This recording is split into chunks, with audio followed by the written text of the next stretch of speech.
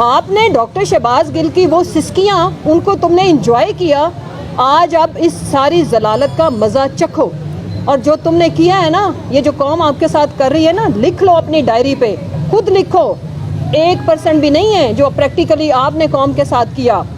آپ نے میرے ملک کو ٹارچر کیا، آپ نے ایک بندے کو ٹارچر کرتے تھے، 22 کروڑ عوام ہم اس کی تکلیف سہتے تھے، ہم اذیت میں ہم نے یہ ٹائم گزارا ہے۔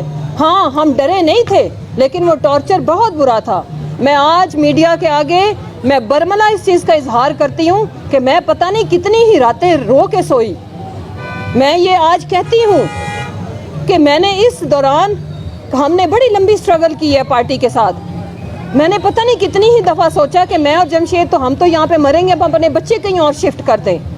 میں آج یہ مانتی ہوں کہ تم نے ہمیں ایسا ٹارچر کیا ہے جو ہمارے ذہنوں سے کتنا ٹائم لگے گا جانے میں۔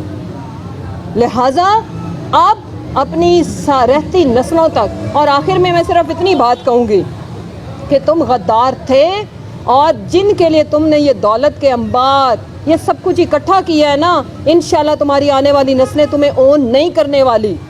تمہارے اولاد کے جو بچے ہوں گے وہ نہیں بتائیں گے کہ ان کا دادا کون سا والا باجوہ ہے، وہ نہیں بتائیں گے، وہ نہیں مانیں گے۔ لکھ لو میری یہ بات، اور اگر کوئی مانے گا نا تو اس کی نسل بتائے گی کہ وہ پیدل چلنے والا، ایک عام سے معمولی سے گھر میں پلنے والا اس ملک کا وفادار سپاہی تھا بغیر عہدے کے، جس نے اپنے قیمتی لیڈر کی جان بچائی۔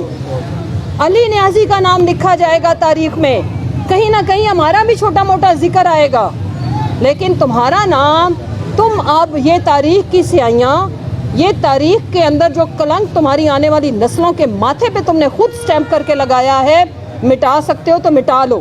باجوہ گردار مردہ باد، باجوہ گردار مردہ باد، باجوہ گردار۔ آپ نے میرے ملک کے سب سے مقدس اور ایک ایسے ادارے کو کمپرومائز کیا جس کے ساتھ عوام کا رومانس تھا۔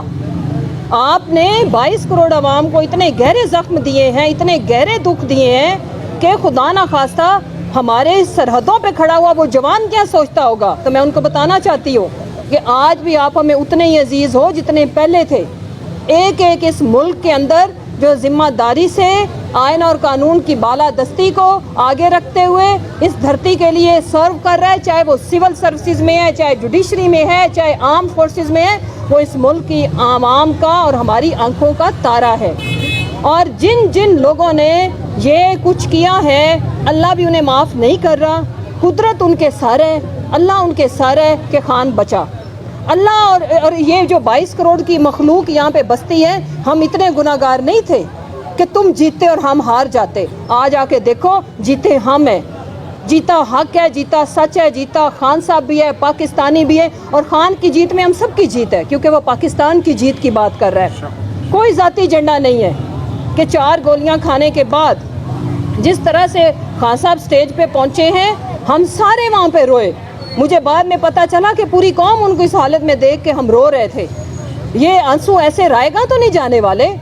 اب اگلی ساری زندگی وہ جتنی بھی اللہ نے آپ کی بچائی ہے، روئیں گے آپ، منہ چھپائیں گے آپ کی نسلیں آپ کو اون نہیں کریں گی۔ اور یہ قانون قدرت ہے، میرا خیال ہے اتنی سزا کافی ہے۔ جہاں تک رہ گی اکاؤنٹیبلٹی کی بات، وہ میں اپیل کرتی ہوں پھر ایز آلویز اپنے اعلیٰ عدلیہ سے، سپریم کورٹ سے، کہ جن جن لوگوں نے ایک آئینی عہدے کا غیر آئینی استعمال کر کے آئین اور قانون کی دھجیاں اڑائی ہیں، خدارا ان کے بارے میں کچھ سوچیں، ان کے بارے میں یہ سکتہ توڑیں۔ یہ سکتہ تو آپ کو توڑنا ہی پڑے گا، بیکاز عوام روزانہ اب آپ کی طرف منہ اٹھا کے فریاد بھی کرتی ہے، کبھی جھولیاں اٹھاتی ہے۔ اعظم سواتی صاحب سٹل ویٹنگ میں ہیں، اگر آپ نے ان کے ساتھ انصاف کیا ہوتا تو دوبارہ ان کو اٹھانے کی کوئی جرت بھی نہ کرتا۔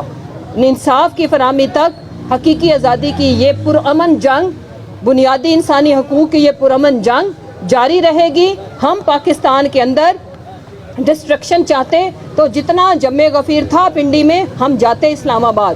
ہم پاکستان کو آباد دیکھنا چاہتے ہیں، پھلتا پھولتا دیکھنا چاہتے ہیں، خوشحال دیکھنا چاہتے ہیں۔ اس کے راز ایک ہی چیز کے اندر ہے، رول آف لاء۔ کوئی اس ملک کے آئین پاکستان سے بالا تر نہیں ہے۔ سب سے اعلیٰ حاکمیت والی ذات اللہ کی ہے، اور اللہ کے بعد مقدس ایوانوں کے اندر جو ایوان مل کے بنایا قانون اس کی ہے، اور انشاءاللہ نبی صلی اللہ علیہ وسلم کی جو ہدایات ہیں ان کے مطابق اس فلسفے کو جس کی بات کرتے ہیں خان صاحب ریاست مدینہ کے اوپر، ہماری دعا بھی ہے، ہماری خواہش بھی ہے، ہماری ایفرٹ بھی ہے کہ ہم اس ملک کو لے کے جائیں گے، اور مبارک ہو پاکستانیوں کو، ملک جا رہا ہے، ملک بچ رہا ہے، انشاءاللہ جیتے گی جمہوریت، جیتے گا آئین پاکستان، جیتے گا ہمارا خان، آئے گا ایبسولوٹ میجورٹی کے ساتھ، اللہ کی مدد کے ساتھ ساتھ عوام کی طاقت کے ساتھ انشاءاللہ۔